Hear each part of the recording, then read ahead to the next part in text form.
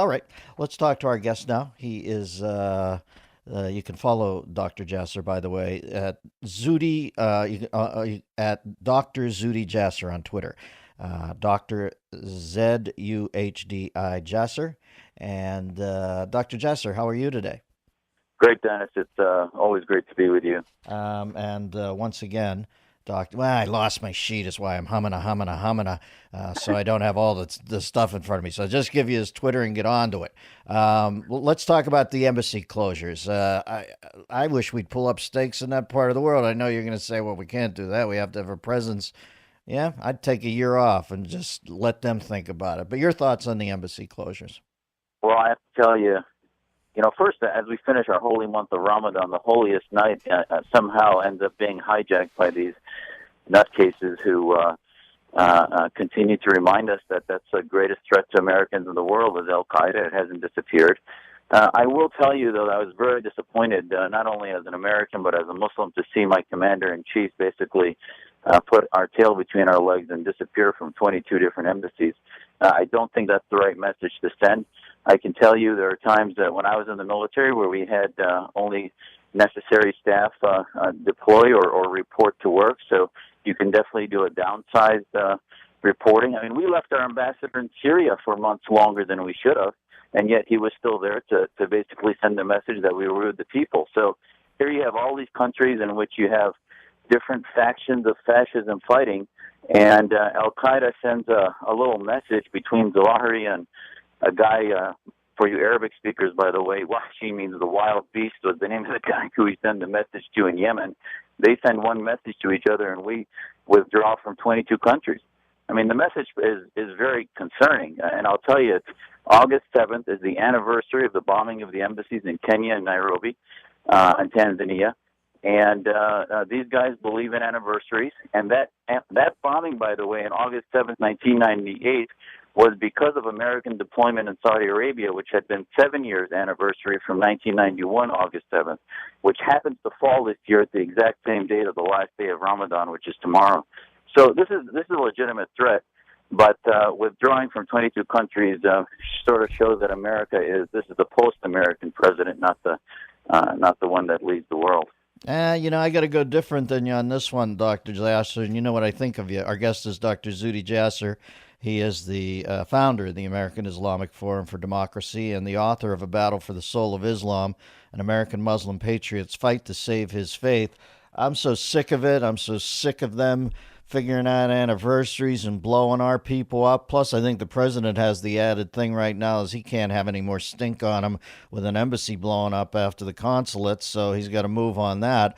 But, this whole thing about sitting there nobly, and it's like failsafe. Stay on the roof with the phone and let me hear it melt when the bomb drops on Moscow. I'm glad they're closed down. I'm so sick of them blowing crap up because they're pissed about something. They're always pissed. It's always an anniversary. Screw them. But Dennis, you're right. But the issue is withdrawing doesn't help. Them being pissed is not going to go away. They're going to then go to Boston. They're going to go elsewhere to continue us on the defense. And either we take the fight to them and begin to name the enemy, which is radical Islam, and not put out statements from the White House and elsewhere sort of blind and oblivious that there is any enemy left out there. And as long as we're continuing to be weak and not identify that the greatest conflict in the next generation is going to be fighting political Islam. And the Muslim populations want to beat this too. I mean, I think Egypt showed us that they don't want to be run by. All right, then let's take their anniversaries and announce that we're going to plug somebody who's a big terrorist. Pick out the biggest terrorist on the watch list and say, we're going to dedicate this anniversary that you're always beefing about to killing this guy. I mean, honest to God, if we're in for a penny, in for a pound. But this thing is just sitting there, especially if we're going to sit there and not fight back, for God's sakes, Doc. Yeah, you understand. Yeah. After Benghazi, I don't even, it seems to me like you're leading lambs to a sacrificial slaughter to have them just sit there and not fight back because we don't want bad PR. I'd rather have the damn things closed if we're not going to fight back. I'm not saying I have all the answers, Doc. I'm like a kid on stuff like this sometimes when I get pushed to the wall and pissed off. But I'm so sick of getting threatened in these nutholes because it's an anniversary of some other time that they killed other innocents. Enough's enough. Well, you're 100% right.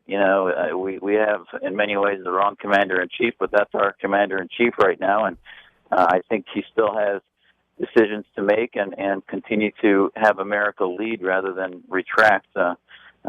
Just last week you had a guy put in jail named Raif Badawi who did the wrong thing in Saudi Arabia of having a website called Free Saudi Liberals.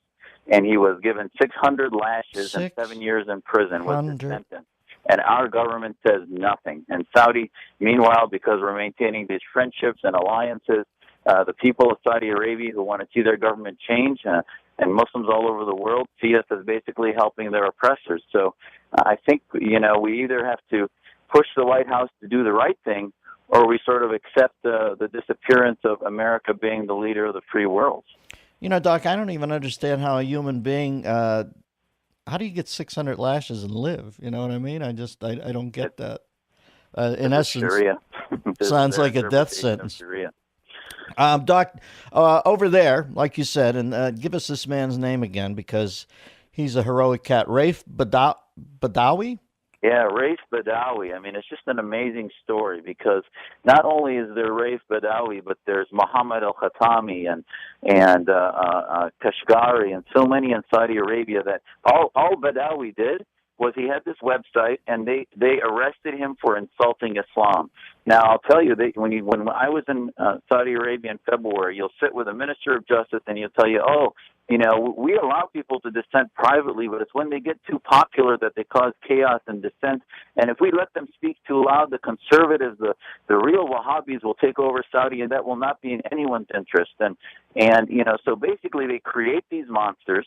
They put people into places to empower Sharia through their government and radicalize their population so that then the monarchy, who really internally doesn't care that much about Islam, they just want money and power, sort of let this not continue, and they will put into prison people that are trying to be free, whether it's women, free thinkers. And what's interesting about Badawi's organization is it's so similar to ours, the American Islamic Forum. It's about liberal thinking, reform, modernization.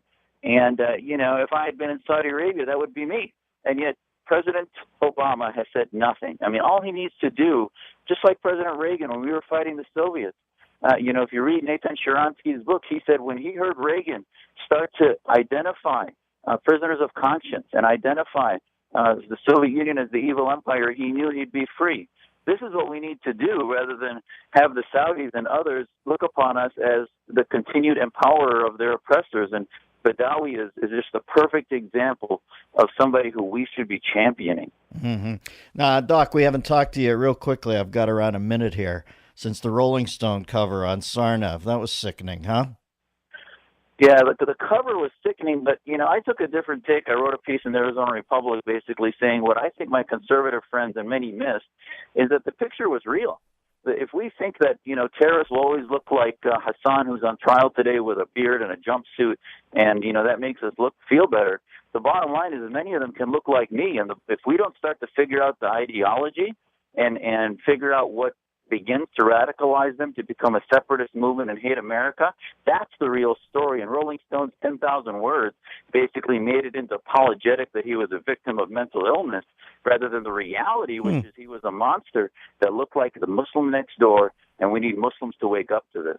Well, you know how much I admire your perspective, Doc, and it's because of stuff like that. I'll put that in my think box and cogitate on it, but I certainly respect your take. You're always open-minded. So you're saying the article within more of the problem for you than the picture without.